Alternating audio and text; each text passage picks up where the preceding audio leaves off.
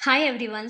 इस वीडियो में हम देखेंगे कि अपार आईडी को हम किस तरीके से जनरेट करें, कौन कौन से स्टेप्स फॉलो करें कि ना उसमें रीजनरेट का मैसेज आए, ना उसमें कोई वो फेल हो, ना उसमें कोई एरर मैसेज आए और ना उसके जनरेट होने के बाद हमें कोई डेटा मिसमैच की प्रॉब्लम आए, हमें कोई डेटा चेंज ना करवाना पड़े, क्योंकि डेटा चेंज से रिलेटेड कोई भी क्लियर अभी कोई लिंक नहीं है।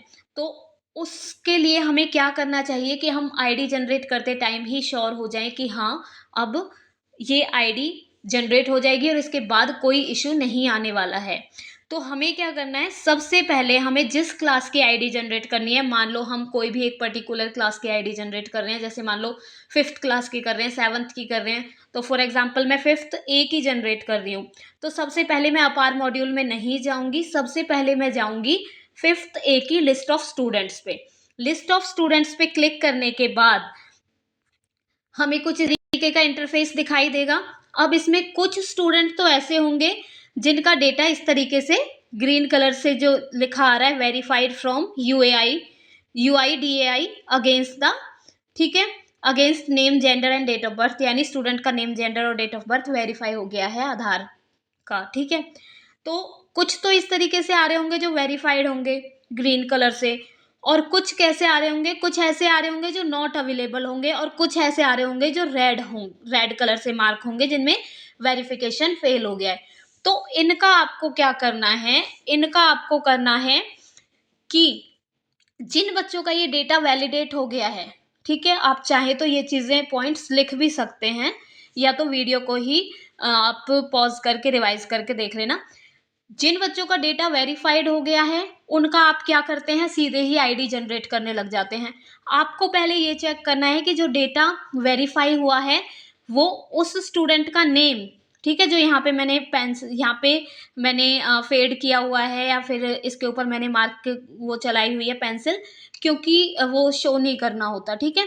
तो इसलिए आप देखोगे यहाँ पे नेम एज पर आधार जो है वो, और जो इधर हमारे स्टूडेंट का नेम आता है जो यूडाइज वाला नेम है, यूडाइज वाला नेम और नेम एज पर आधार सेम होना चाहिए। अगर वो सेम नहीं है तो भले ही ये वैलिडेट हो गया है, वेरीफाई हो गया है, लेकिन फिर भी आपकी अपार आईडी जनरेट नहीं होगी, हो जाएगी तो उसमें इश्यूज आएंगे बाद में कि भाई स्कूल का रिकॉर्ड अलग रह जाएगा, यूडाइज का और स्कूल का, और अपार आईडी और आधार का रिकॉर्ड अलग हो जाएगा, ठीक है। तो ये चीज याद रखनी है कि ये नहीं कि वेरीफाई हो गया तो सीधा जनरेट कर दो, वेरीफाई हो गया तो भी ये देखो नेम एज पर आधार और जो हमारे यूडाइज वाला नेम है जो हमने स्कूल रिकॉर्ड से लिया है वो दोनों सेम होने चाहिए, ठीक है। तो ये अगर हमारे दोनों सेम हैं, ठीक है, तो ये हमारा फर्स्ट टिक हो गया, पहला काम हो गया यहाँ पे हमारा, कि अगर हमारा ये वेरीफाइड है तो हम ये चेक कर लेंगे कि हमारा नेम सेम होना चाहिए। फर्स्ट ये है हमारा। तो जिन जिन स्टूडेंट्स का वेरीफाइड है उन उन स्टूडेंट्स का हम ये चीज़ चेक कर लेंगे कि यहाँ से नेम, और चाहे तो डेट ऑफ बर्थ भी देख लीजिए, इससे भी आप श्योर हो जाओगे, तो कि नेम और डेट ऑफ बर्थ सेम होनी चाहिए हमारे यूडाइज से, ठीक है। फर्स्ट स्टेप ये टिक हो गया। अब इन स्टूडेंट की आईडी आप जनरेट कर सकते हैं जिनका नेम और डेट ऑफ बर्थ सेम है, ठीक है। अब इसके बाद आ जाइए ऐसे स्टूडेंट जिनके में नॉट अवेलेबल लिखा हुआ है। अब एक लिस्ट इन बच्चों की बनाइए या फिर सीधा इन बच्चों की प्रोफाइल पे टिक करते जाइए। इसका मतलब नॉट अवेलेबल का मतलब है कि आपने इन स्टूडेंट का आधार फिल नहीं किया है, उसकी जगह 9999 फिल कर दिया है। ऐसे बच्चों की अगर आप बिना यहाँ से देखे सीधे आईडी जनरेट करोगे तो फिर आपका एरर आएगा कि आधार नॉट फाउंड, वो इन्हीं बच्चों के लिए आ रहा है, ठीक है, जिनका आधार नॉट अवेलेबल है यहाँ पे।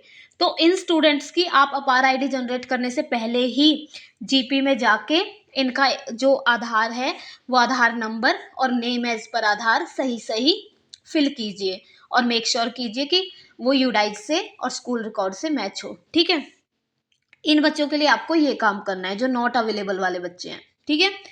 से दो काम आपके हो गए। थर्ड जो आपका है, आपको क्या करना है, जो ये नीचे रेड कलर से दिख रहा है, जो इस टाइप के स्टूडेंट होंगे जिनके में लिख रहा होगा नॉट वेरीफाइड, इन स्टूडेंट की आपको फोटो मंगवानी है। ये मैं पिछले भी वीडियो में बता चुकी हूँ, बट कुछ लोगों को थोड़े डाउट्स थे तो बोल रहे थे कि दोबारा एक वीडियो डिटेल में बनाओ, तो इसलिए मैं प्रॉपर वे में बना रही हूँ कि आपको क्या क्या करना है, ठीक है।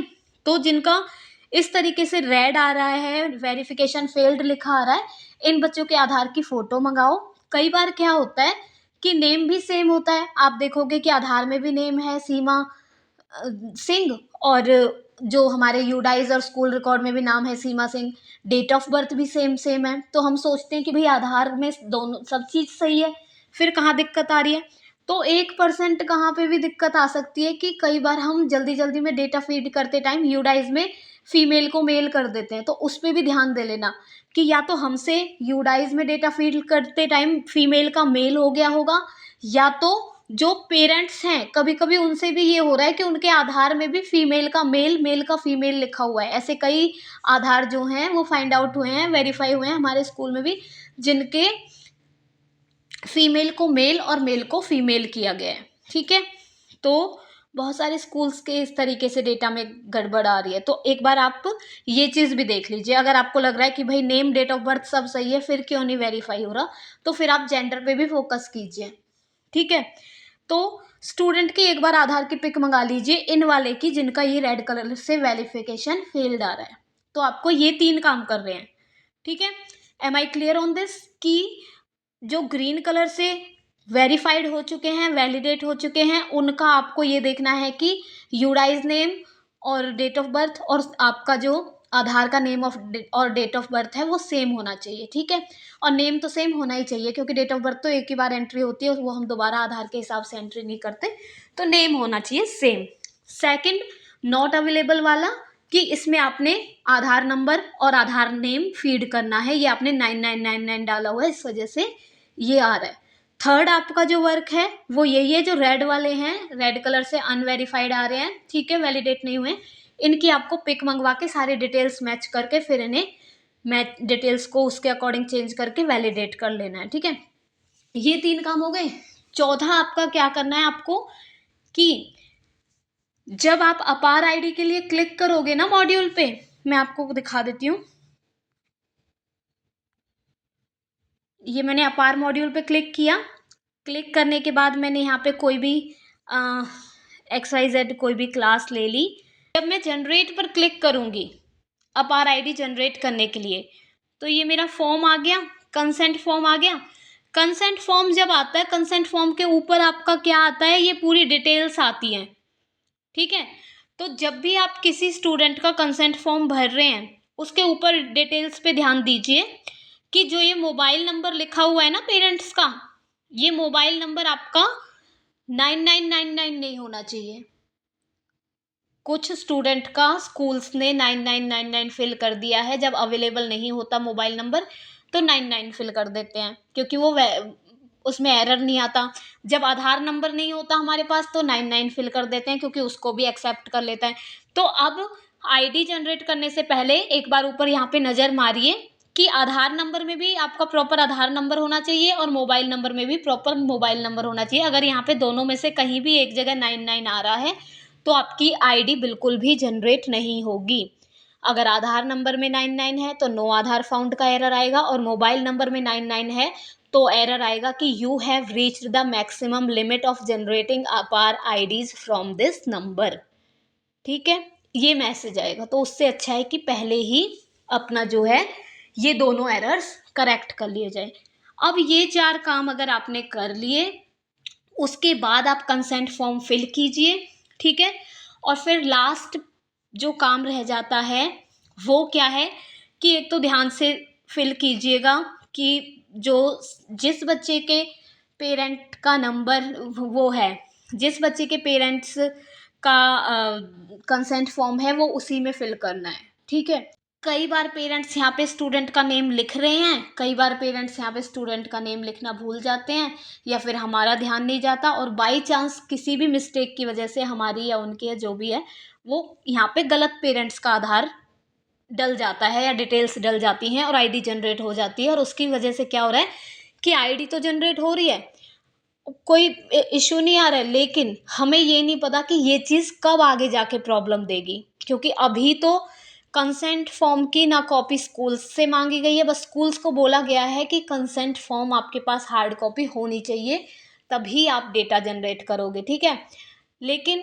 ना उसकी कॉपी अभी स्कूल से मांगी गई है हार्ड कॉपी, ना सॉफ्ट कॉपी कहीं अपलोड करवाई गई है। तो इसका मतलब अभी कोई रीचेकिंग, कोई क्रॉस चेकिंग नहीं हो रही है।